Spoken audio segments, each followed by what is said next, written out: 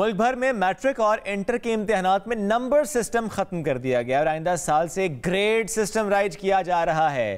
Inter board coordination commission کے مطابق نئے گریڈنگ فارمولے کے تحت جو پاسنگ مارکس ہیں وہ 40% ہوں گے اور یہ طریقہ کار پہلے مرحلے میں 9th اور پھر فرسٹ ایئر کے جو اسٹوڈنٹس ہیں ان پر لاگو کیا جائے گا اور ماہرین کے مطابق اس گریڈنگ سسٹم سے معیار تعلیم میں بہتری آئے گی اور طلبہ نمبر کی دوڑ میں لگنے کے بجائے بہتر تعلیم حاصل کر سکیں گے۔ یہ سسٹم کیا ہے، یہ طلبہ کے لیے کس طرح سے مفید ثابت ہو رہا ہے اور ظاہر پورے پاکستان میں اس کو لاگو کیا جا رہا ہے، اس پر آج ہم بات کریں گے۔ انٹر بورڈ کوارڈینیشن کمیشن کے چیئرمین غلام علی ملا صاحب سائن کر چکے ہیں۔ السلام علیکم جی، کیسے ہیں آپ؟ وعلیکم السلام، الحمدللہ۔ آپ کی دعا سر کتنا وقت لگا یہ کرتے کرتے؟ ذرا ایک سوچ ہوتی ہے، پھر اس پہ ایک پالیسی بنتی ہے، پھر اس کی امپلیمنٹیشن کی طرف آپ جاتے ہیں، پھر کیونکہ ایجوکیشن جو ہے وہ صوبائی معاملہ ہے، پھر سب صوبوں کو آن بورڈ کرنا، کتنا وقت لگا؟